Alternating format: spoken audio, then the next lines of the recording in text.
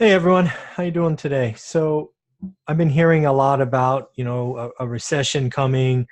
I've been hearing for years now about how lots of real estate investors have been waiting on the sidelines for the next shakeup to come. And something that's always kind of bothered me about this is for new investors, is how do you know if your real estate market is on sale, right? How do you know? Right? Because I saw last time when the market was on sale, everybody was so scared that they were scared into inaction. So one of the things that I am trying to do is give you the confidence and the knowledge to understand the math behind comparing deals, how to understand your market. And in this video or this presentation, I have in painstakingly detail going to run through a couple of examples. One is a kind of perfect property and one is a light fixer. So you can see side by side, understand the comparisons, understand the math, and really hopefully demystify the math for you. Because again, I think if we can get people past the math, I know that we can get them to start learning their markets. I help people all the time learn their markets. It's what I'm focused on doing. And if you don't know how, I have a course that does it. At the end of this presentation, I have a special coupon for you. But before we get into all that, let's look at the presentation. Let's go through the math. It's 10 slides. I will go hopefully slow enough. If something doesn't make sense, rewind it. And if it still doesn't make sense, leave a comment below. But without further ado, let's get into the presentation and really start to understand the math behind comparing opportunities. All right, so hopefully that is showing for you. We will now get that in slide share mode. So again, this presentation is 100% dedicated to, breaking down the math. Frankly, the math that I'm about to show you is what I do every day. It is what my students do every day. It's not complex. It's not meant to be complex. I think the complex spreadsheets out there create confusion and analysis paralysis, and you just feel like you just don't know.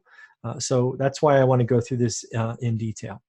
So I'm trying to demystify comparing deals. I think this is something you need to be able to do, not only compare deals that are live or in action today, but maybe over time, right? If you do what I talk about, you can look at a market and go, hey, 90 days ago, these were producing X, and 90 days later, they're producing Y. And when you can do that and you can compare a house with an apartment, take a condo with a fourplex, you really have the tools to understand what part of your market is on sale today. So again, people are saying, do you think the real estate market is about to go on sale? And I think it is, but how do you know? I know because I look every day, but how do you know? And what do you use to compare deals? Have you been waiting for the seller's market, right, to come, or a seller's market to change and it to become a buyer's market? Well, again, how do you know other than other people telling you? Again, if you learn your market and you can do these comparisons, it will make it so much easier to have confidence in yourself. And that's what this is about. When you follow someone like myself who's trying to help you, we really should be trying to build confidence and understanding. And that's what hopefully you'll see in this and pretty much everything I do, I would hope. Do you understand how to compare properties? Are you just trying to look for price per square foot, or are you trying to look at comps, right? What are you trying to do? So I will show you what I do. And again, what I do today is what you're going to see here. The other thing is, are you fixated or following people that talk about appreciation or getting a wedge deal or mortgage pay down or tax savings or any of those other things? And my simple answer is I don't look at any of those. I think a lot of those are subjective. They're not money you can spend. So we're only going to look at how much money comes out of our accounts and how much money goes back in. Is that too simplistic? Is that too conservative? Maybe, but it has served me well and has served my students well. So again, what I teach my students is simple, and it is what I do every single day, regardless of market conditions, because understanding when markets roll over for the positive or the negative is hard to do unless you're looking every day. And what we're about to go through is exactly that. Okay, so we're going to review some basic numbers, again, trying to give you a flavor of what this comparison is. First is all the out-of-pocket, right? If you were going to buy something, it's purchase price, down payment, repair/make-ready costs, if any, and then closing costs. Right? That's going to be kind of what I call the denominator, right? What cash comes out of our accounts. And then it's going to be monthly numbers. On the revenue side, it's rent. And then everything else is likely going to be an expense. Mortgage payments, real estate taxes, insurance, property management, utilities, reserves for vacancies, reserves for repairs, and then any other expenses you may have, homeowners association, or snow removal, or whatever is in your area. So again, what you're going to see is we're basically going to create a net cash flow by the month, and we'll turn that into a year by multiplying by 12. And that is going to be our numerator. But before we get there, let's look at some things. So we're going to look at two houses, and they're right next to each other. They're the same floor plan, same square footage, just everything's the same for this example. And we're going to say one has a purchase price of 130 grand. We are again going to try to make everything apples to apples. So we're going to assume a 30% down payment. Because this is the perfect house, we're going to assume a make ready of 0. And then we're going to assume closing costs of $2,000. For a total cash outlay of $41,000. Again, this will be the denominator in our formula that you will see momentarily. On the light fixer, we're going to assume you could buy that cheaper, right? We're going to assume you get that for a $30,000 discount. We're still going to assume 30% down, so 30 grand.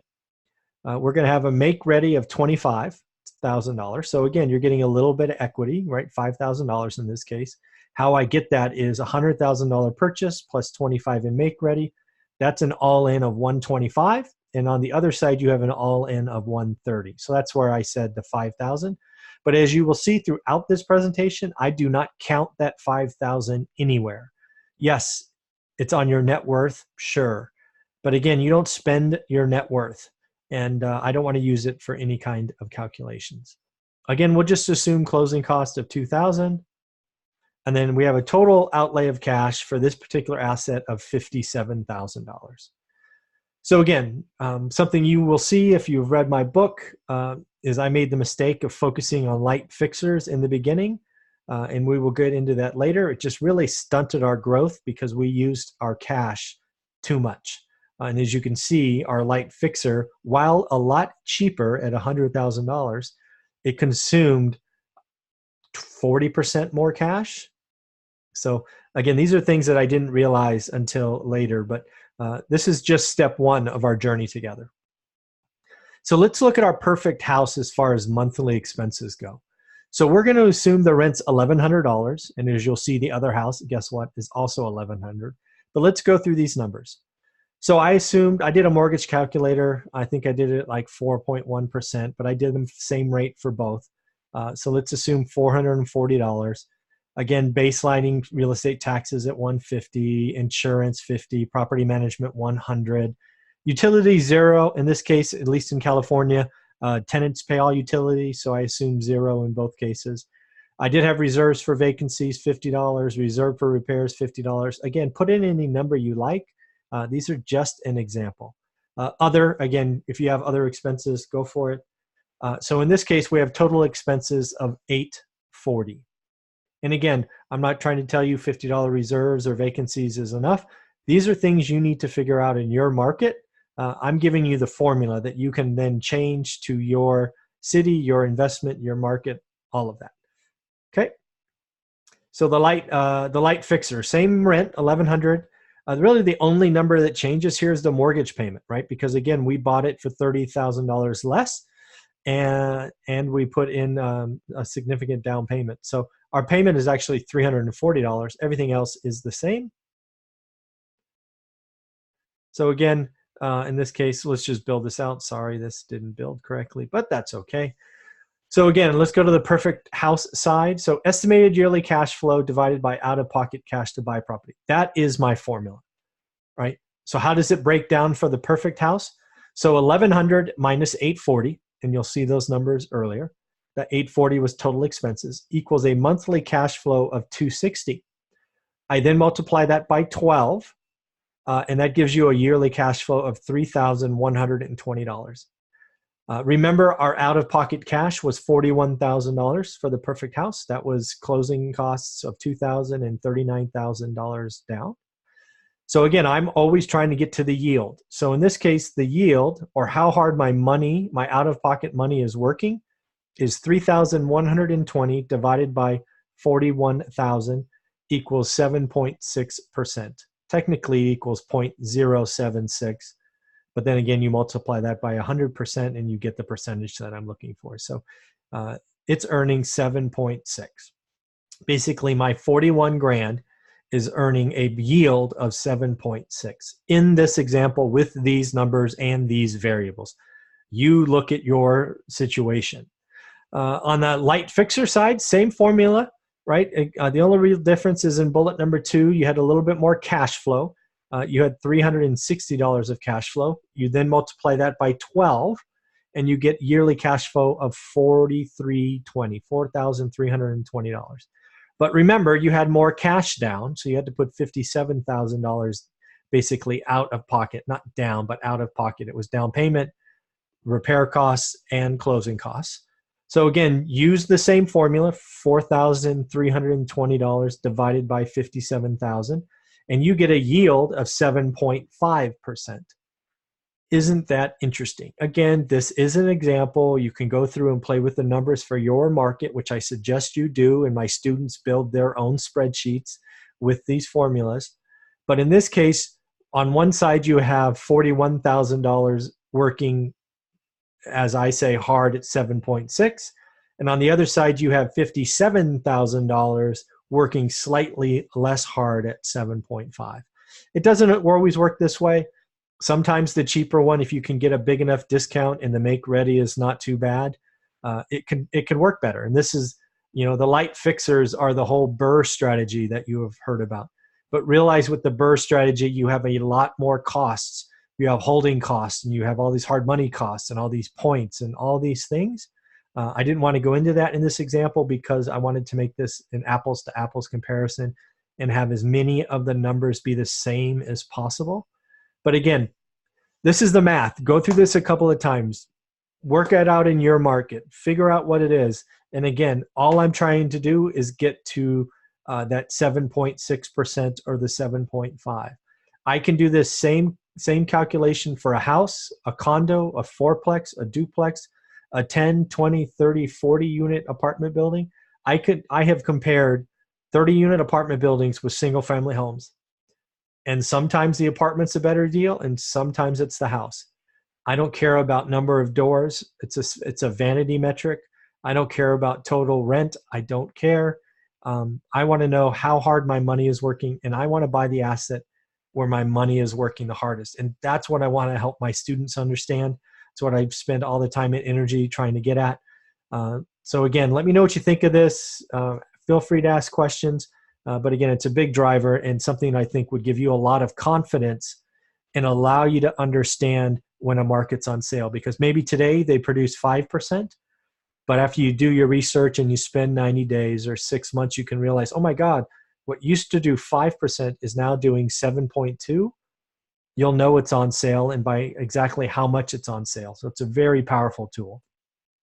So again, always remember, I never calculate appreciation, my equity position. I've seen equity disappear. I saw some people worth $10 million go bankrupt, so I don't count on it. I don't count mortgage pay down because yes, is it helping my equity? Sure, but I still have to write the check. And again, I'm always trying to figure out how hard my cash is working. So I don't want to make it any harder or more complex than it has to be. I want to help demystify the math. So that people can stop worrying about the math and do what I'm trying to teach you is go learn your market. Go look at an asset type, an area, and really understand what an average deal is so that you can only work on good and great deals. It is so powerful when you can realize that 98% of your market is average and it's your job to find the 2%. That's so powerful. And I wish more people would see that. Again, I help students understand their market all the time. It's what I teach. It's step 1 of the course. And I really think you shouldn't invest until you know your market. Otherwise, you're gambling, and it's pretty cool. So again, when you take my course, my goal is you only work on good and great deals in your market. It's a big deal for me to help you do that. And I've proven, you've seen some students come back and give their reviews, and it's pretty positive. So it's a great feeling. And again, my course is really going to help you understand when the market's on sale. I think too many people last time got afraid and didn't do anything. Now, if you have the confidence, I call it building armor, you can actually tell people, no, I know when my market's on sale. It's on sale because it used to be this, and now it's this, and I'm getting a discount. Because you really can't time a market, especially with such low interest rates. If interest rates double and the market falls 20%, it'd probably be better just to lock in rates today. That's what people don't really understand. So what next? First and foremost, if you haven't subscribed to this channel, do me that honor, that favor. Just keeps me motivated to create daily content and keep helping. Again, content comes out every day. Another thing is I'm opening an office in Fresno right on Van Ness called The Hub. I'm going to have an open house probably in September. So if you're in the area or want to come by, or you ever want to check out Fresno, know that you have agents and brokers and contractors there that are interested in helping sellers, buyers, investors, and students. So it's a lot of fun to see that come together. Once you understand my math, realize it's now your turn to do some work. You need to learn your market, right? Just because I've given you the tool to understand the math, you need to learn your market, and that's something I can't do for you. I've given you my course. I told you how I learned my market, but it comes with repetition and looking every day. So I've given you the keys, and now it's up to you to drive. I do want to give out something special. If you like what I'm talking about and you've seen this channel and you want to save a little bit of money, I'm giving you a coupon code called Book20 that allows you to save $20 on the course. It goes from $199 to $179. But also, I will send you, because I have a few of these copies left, an autographed copy of my book, One Rental at a Time, which is nothing more than our history, our 15 years through upcycle, downcycle, hard money, private money, what worked, what didn't. There's no selling in this book. I actually wrote this right after I retired because I needed something to do. So go ahead and check it out on Amazon. Lots of reviews, which I'm very, very proud of. And again, I think that coupon code of Book20 should be very, very popular. So again, thank you very much. I hope that works. It was really important to me to demystify the math. I think too many people get lost in the math and don't go anywhere. So I wanted to take this time, create this presentation so that we can stop talking about the math and you could go to work. You can start learning your market. And again, if you don't know how to do that, go take my course. There's a link in the description below. Use the coupon code, get a free book. I'll autograph it before I send it out. And of course, have a great day.